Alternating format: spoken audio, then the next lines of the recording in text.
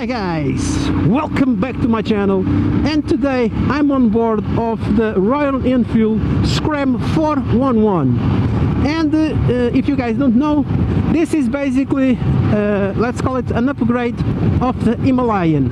It's the same engine, the same base, everything, but it is more refined and it is more designed for the everyday commute, for little trips, tarmac. Even if it gives you the possibility to go off-road, the main purpose of this one, it's going on your commute. For going off-road, I would probably choose the Himalayan. Okay, I'm going to explain to you a little bit difference between both of the motorcycles. There are some. We're going to start the windscreen here, which you don't see. We do have a windscreen on the Himalayan.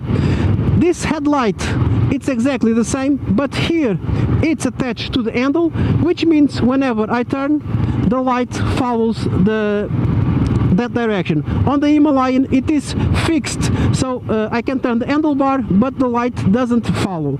That's one big difference. The suspension is a little bit shorter on this one, the course of the suspension.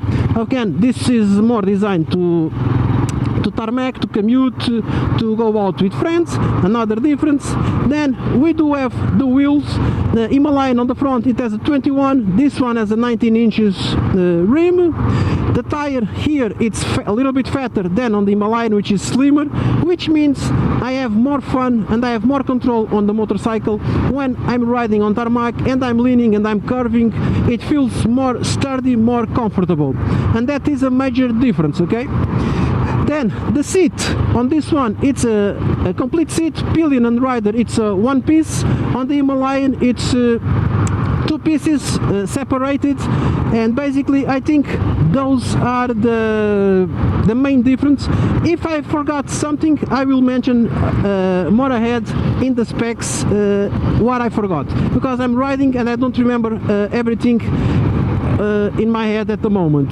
Then we do have this dashboard again. Okay, like just want I start talking. The dashboard, of course, also it's different. This one is more looks like more the Meteor 350. The Himalayan it's more an off-road dashboard, the new one, and it comes also with this digital dashboard here on the side, which basically it's a GPS indicator. Okay, I have it connected to my phone. I have the application and it's showing me the route or the directions to my house. Here we have analog, the speed, and digital, where you have the fuel, the clock, the gear indicator, odometer. Basically that's it. Handlebar, traditional handlebar, levers, no adjustments, passing lights, high beams, low beams, blinkers left and right, and the horn. On this side, kill switch, hazard lights, and the starter of the motorcycle. Mirrors, they are okay, not the shape that I like, round. It vibrates a little bit. It's a one-cylinder engine, so but it is reasonable. Okay, it's not something that it is bad, but you notice, especially when you go higher speeds, the vibration. The thing that this one has over the Himalayan, the previous models, okay, it's this new maps configuration, which means that I don't need to be constantly switching gear up and gear down like in the previous model of the Himalayan. The new models of the Himalayan, it has the same maps. It's also as you can see, I'm riding at 65 kilometers an hour, fifth gear, and the motorcycle, it's handling perfect. It's not asking me to go down a gear, and I can just give it throttle and it will respond. So I do like this configuration. Another thing I like the seat. It's comfortable enough, it's wide, and I feel it's doable for long commutes without having that uncomfortable back or an uncomfortable pain in your ass when you do long commutes. I've been riding it for the last I think it's like 1 hour and a half to 2 hours, and I've been enjoying it very much, and I still don't feel uncomfortable. One thing about this one, where the Himalayan it's better, it's the off-road. basically when you need to stand up, especially if you are a tall guy like me. I can stand up on the motorcycle, no problems, okay?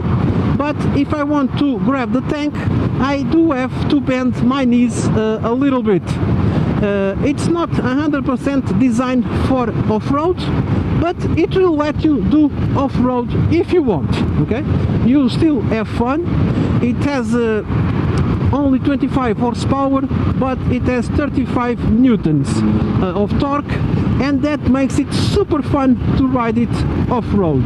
But even with this 25 horsepower, I can still reach interesting speeds, like I'm gonna show you now. Just like this. Well, maybe I can't show you, it's traffic here. I wanted to show you, but around 120, 130 you can go on this motorcycle. Of course, we are talking about a naked motorcycle, and you'll be catching all the wind in your chest and everything. So the comfortable speed for me, it's around the 100, 110, where I do ride, and I'm not struggling with the handlebar and the wind and all that stuff, okay? And I do live in an area that it is windy. Again, I just give it throttle and it recovers like no other. There it goes. Woo-hoo! We do have the 3 years warranty, which is mandatory. It can be ridden with the driver's license A2. Again, it's another plus for young people who want to start in this middle CCs. It's a nice motorcycle, and for someone that wants to upgrade from a 125 and doesn't want something very powerful and just wants to enjoy and have power whenever it needs, I think it's a good solution. And I've been doing this commute all in 5th gear. This new map configuration, it's amazing, okay? I didn't change gear. In the Himalayan, the previous model, I would probably have changed from 4th to 5th several times. This one handles perfectly. And I'm just gonna reduce now 1, because there is no traffic, and I'm gonna show you a little bit what she can do. There she goes. Okay, you see, at these speeds I'm struggling with the wind, and I kind of don't like it, okay? But with 25 horsepower, look, I can go 120, 130 if I do want. And I like this detail of the application, showing me the route to my house. And now that I show you how she handles on the road, let's take a look at the specs.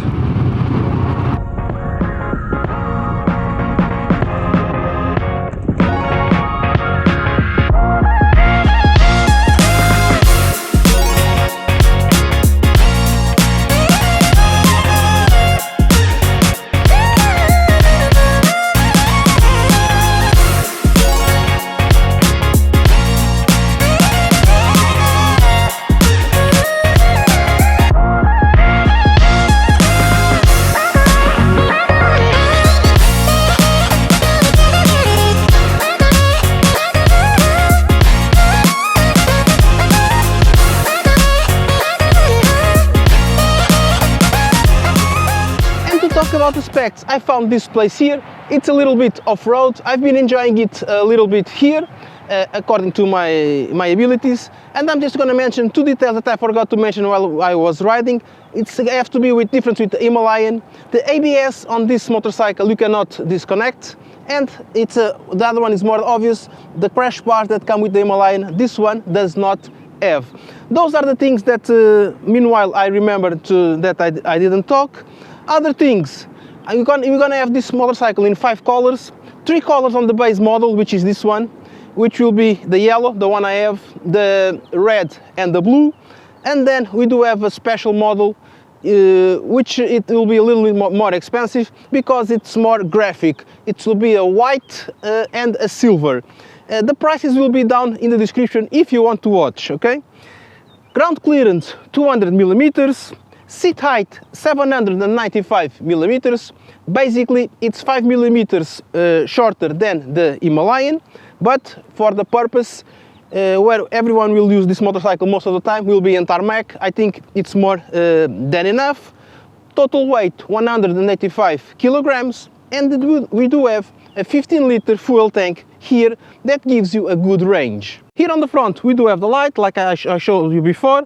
It's full LED, traditional suspension with a course of 190 millimeters, one disc 300 millimeters with a clipper with 2 pistons, ABS dual channel, and we do have 19 inches spoke rims that comes with the mixed tires with the dimensions 100/90. In the back of the motorcycle we do have the seat. It's one piece, like I said, it's more comfortable and more suitable for longer commutes. On the sides we have the logos on the fairing, the lights, everything it's LED. Shock absorber with a course of 180 millimeters, one disc 240 millimeters with a clipper with 1 piston, and the rims are 17 inches rims that also comes equipped with the same mixed tires with the dimensions 120/90. The engine, like I told you, is the same as the Himalayan. It's the LES 401, which has 411 cc's. It's 1-cylinder, air-cooled, 4-stroke. It has 24.3 horsepower at 6,500, 32 newton at 4,250. It's an Euro 5 engine, 5-speed gearbox. And to complement all this look and this engine, we do have exhaust here on my right side that gives a really nice sound. And this is it, guys. I showed you everything about the Scram 411. I hope that you like this presentation, test drive and review of the motorcycle. I'm gonna stay with it one more day, enjoy it, and then I will have to return it. But if you like this content, you know what you have to do, right? Yes, of course, subscribe to the channel, click the notification bell, follow my other networks, leave your comments down below if you have any doubts, and I really hope I can see you in the next one. Bye!